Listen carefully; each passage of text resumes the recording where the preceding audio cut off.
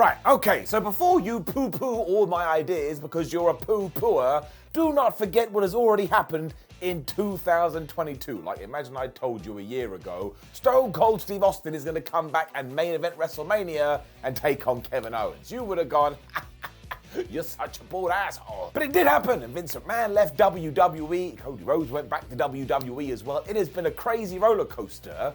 So now, when you look at both WWE and AEW, and the wrestling landscape, I think we could be in for some doozies. So, my name is What Culture. Thank you for joining me for this video, which is just gonna be fun fantasy booking, because these 10 insane matches may actually happen. Why?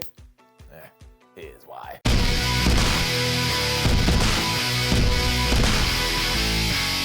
So we will start with number 10, and it's the one that's going to make everyone go crazy. But don't forget, I said it could happen, not that it's going to.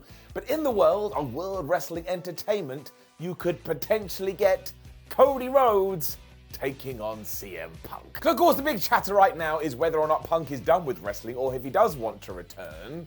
Given that we saw Colt Cabana on AEW a few days ago, maybe, just maybe, that means CM is now turning his attentions to WWE. Now, I know that's absolutely potty because of his relationship with Triple H, but don't forget the intro. So let's say this does happen. Who the hell wouldn't want to see Cody Rhodes versus CM Punk, especially because that's the feud we all thought we were going to see in All Elite Wrestling. I mean, do you remember when Cody walked to the ring and he was all like, oh, hello there.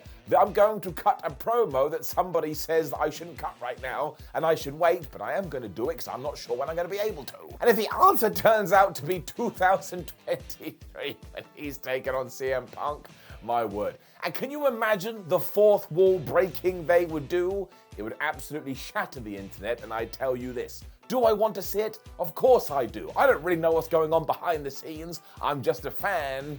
So the more craziness you could give me, I'll open up my tum-tum, put it in. And we're going to stick with CM Punk as well, because in at number 9, it would be the voice of the voiceless, taking on Stone Cold Steve Austin. Now, once again, you're like, Simon, shut up. How dare you come on this video and start ranting and raving like an absolute fool? But once again, I tell you to go and watch the start of the video again. I just saw Steve Austin return once, and I never thought he was going to come back. So now I can't shut it down for good. So there is probably like a 1% chance that this thing does happen, but do you remember when the WWE 2K13 video game was coming out? It wasn't called that then. When WWE 13 was coming out, we had that amazing interview segment with CM Punk, Jim Ross, and Stone Cold Steve Austin. And I remember being back then going, well, one day I need to see that. So maybe 2023 will be that day. It would also tick a lot of boxes because Steve Austin has said that he would like that match. CM Punk also agreed this would be good. And CM Punk probably, if he does come back to WWE, is gonna do it because he wants that WrestleMania main event. So you put him against the Rattlesnake. And now I'm just gonna stare off into the distance and wonder why nobody has hired me as their booker. Just to calm things down as well, we shall move on to number 8. Look, we all think this is probably gonna go down. It's The Rock versus Roman Reigns. And one of the reasons I did want to put it in here is because too many people are now like, oh man, yeah, you know, whatever, The Rock's gonna come back to WWE and he's gonna take on the Tribal Chief. Like, that's not a massive deal. On the one hand, you have Dwayne Johnson, who is arguably the biggest movie star in the world, and on the other, you do have the head of the table, who right now, maybe in all of wrestling, is the absolute best. So if WWE is able to get this done for WrestleMania 39, that's flipping insane, especially because you'd have to imagine that it would be the Great One's last match and that Roman would win.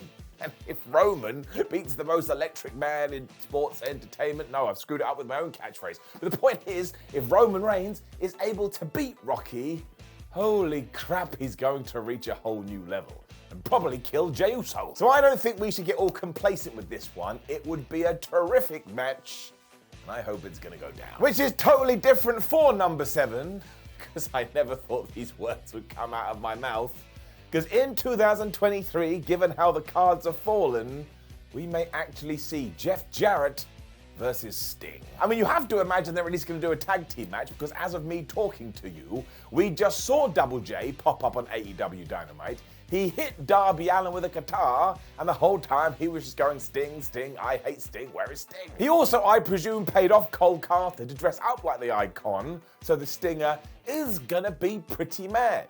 This is just absolutely nuts. Not only because they were in WCW together, which closed down in 2001, but they also did all that stuff in TNA.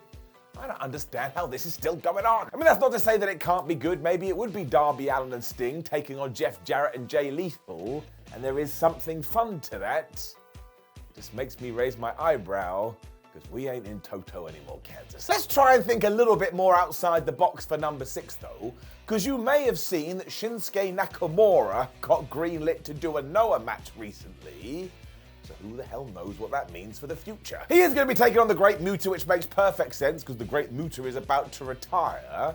But who is to say that if WWE is able to make a relationship with them, that eventually they won't turn to New Japan and say, look, you scratch our back, we'll scratch yours, and maybe you should stop looking at AEW. And Shinsuke, I don't know, manages to have a match on a Wrestle Kingdom or something. I mean, Nakamura is an absolute legend in that company, and you presume he's coming to the end of the career, which makes me assume that if you did offer him that on a stick, he'd eat it and go, well, that sounds absolutely fabulous. And quite clearly now Triple H is in charge, WWE is more open for working with other promotions.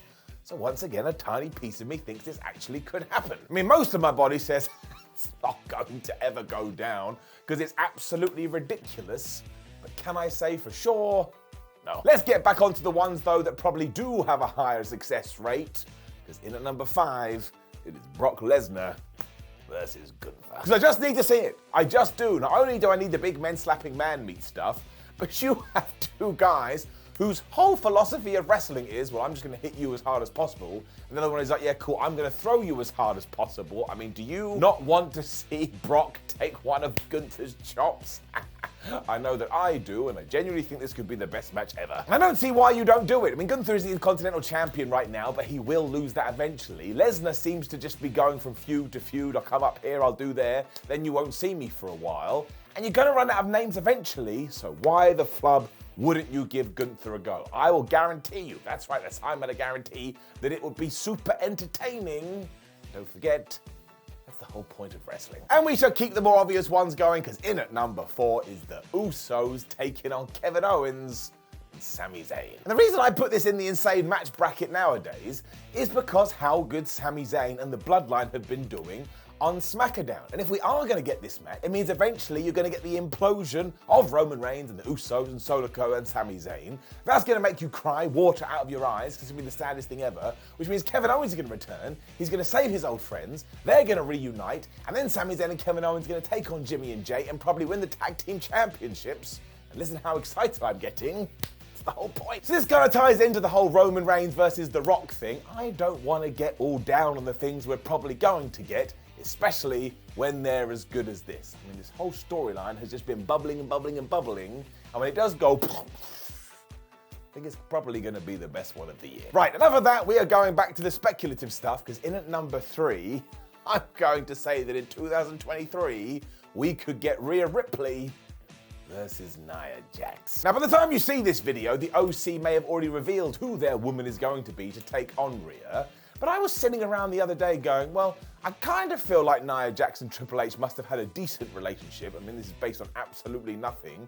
So if you did bring her back as like a good guy babyface, oh, how strong I am, and you put her against Ripley, and Ripley whooped her ass, that's only going to elevate Rhea Ripley. I'm sure Nia would be happy to be back in WWE.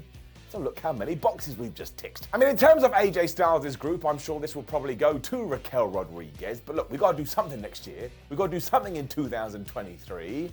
And I'm not adverse to this at all. Basically, what I want to happen is I want to get 12 months down the line, and I want Rhea Ripley to be one of the most dominant wrestlers, not even in all of WWE, in all of wrestling. This is just one way to ensure we do get there. So I'm throwing it out into the ether. Which brings us to our top 2, both of which are going to figure in Goldberg. And the reason for this is because, according to Bill, he may have one more match left on his WWE contract, which means when he does do that, he would be a free agent. So you know what I would do? Coming in at number 2, I would go to one of these Saudi Arabia shows where they're all like, oh, we just want to see crazy dream matches that nobody has ever thought up before.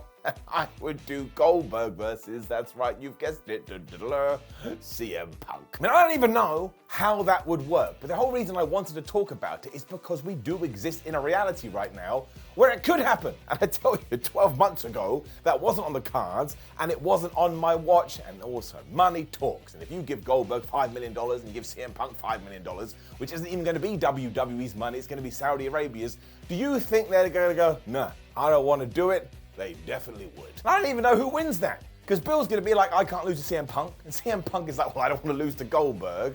So maybe they just run at each other and they vanish into dust. But once again, would it make you want to tune into that premium live event? Of course it would.